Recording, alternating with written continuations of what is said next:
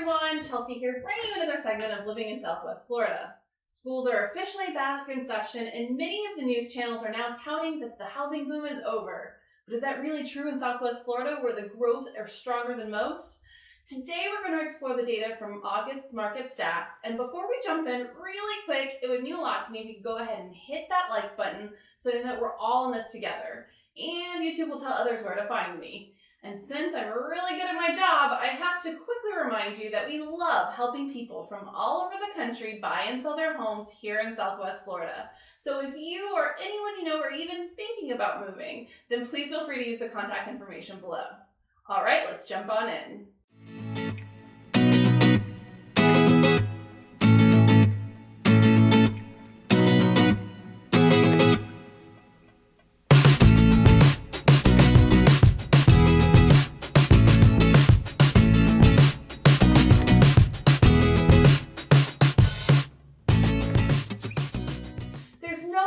Market, then there's no houses to buy and sell. So let's start first with how many new homes hit the market. In August, we saw 3,506 homeowners list their homes on the market. This was the third month in a row where it was less than a month prior. But this isn't really a surprise. Traditionally here in Southwest Florida, our summers tend to be quieter than our winters. This has a lot to do with our summer weather patterns and snowbirds who tend to do their shopping around while in town. I want to point out that the differential from July was only about 100 homes apart, and in terms of years prior, we are very similarly paced. When I looked the last 4 years of data, the amount of homes that came onto the market in the new listings were very normal. That being said, even though the amount of new homes hitting the market is typical, the sales still aren't. In August, we saw 3,614 homes sell. We all know that 2020 was a little off kilter, but it's well above 2019 and 2018 by a good 500 homes, which is almost 8.5% more. We also saw that the median sales price went up to $359,000. This is very similar to July's median sales price, and of course it's way up from last year's median price of $300,000. That means that if you bought a home last year, a home has now officially gained 17% in equity, which is pretty darn good.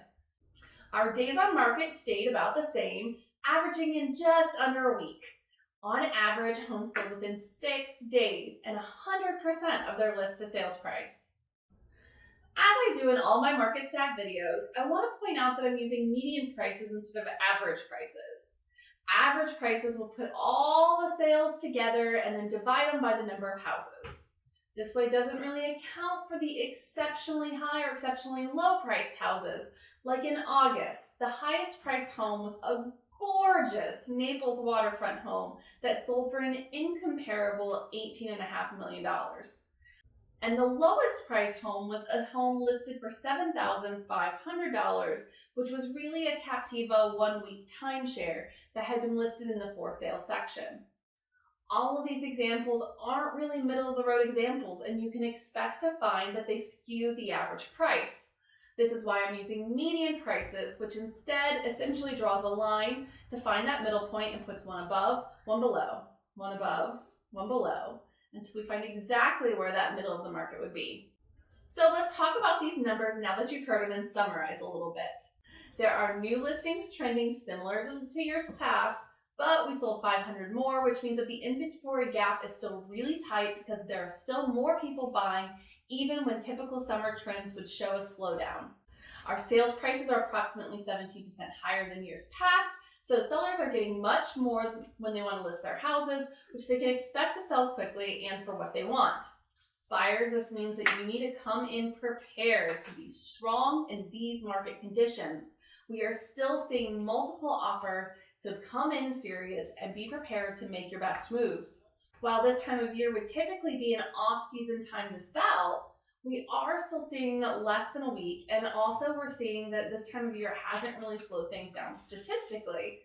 So sellers, it's a great time for you as well. I don't know about you, but this doesn't sound to me like we can expect any slowdowns that have impacted us here yet, like in other parts of the country. Now you may be watching this and think, well, that's great, Chelsea, but what can we expect in the future?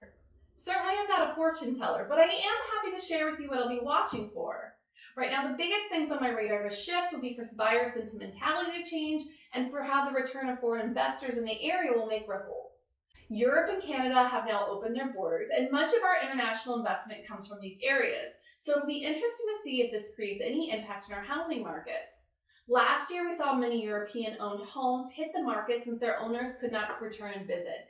And either that could potentially force the slow of those owners selling, or as new vacationers return, it could possibly increase buyers from international borders coming in and buying more. All this being said, we really don't know yet what sort of impact it's going to have. The Delta variant is currently spiking it, and it's unknown if countries will be pulling back a little bit or if it'll keep individuals at bay for a little longer. As for buyer sentimentality, I'm not quite concerned about this just yet either.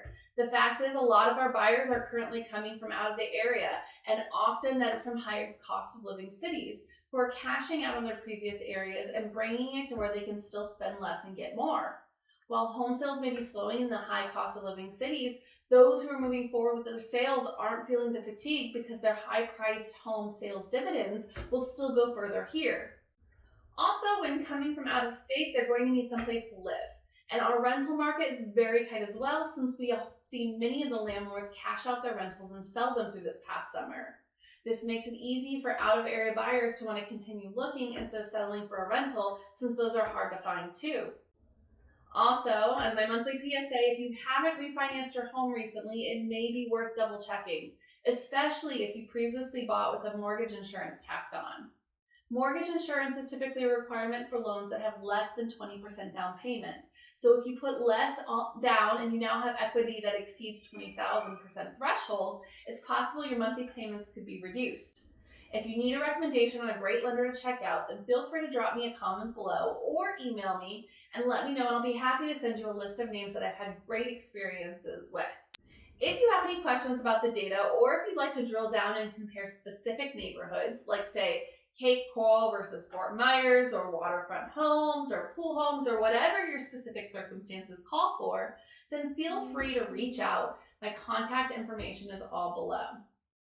We can help you sort out your wish list, answer any questions that you may have, get comparables on your own local home, or set a realistic budget for what you're looking for, no obligations.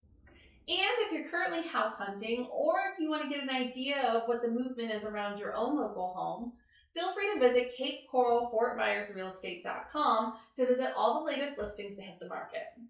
And feel free to add me on social media and follow along as we post weekly articles and information that you may find handy and give you insight as to what life in Florida looks like.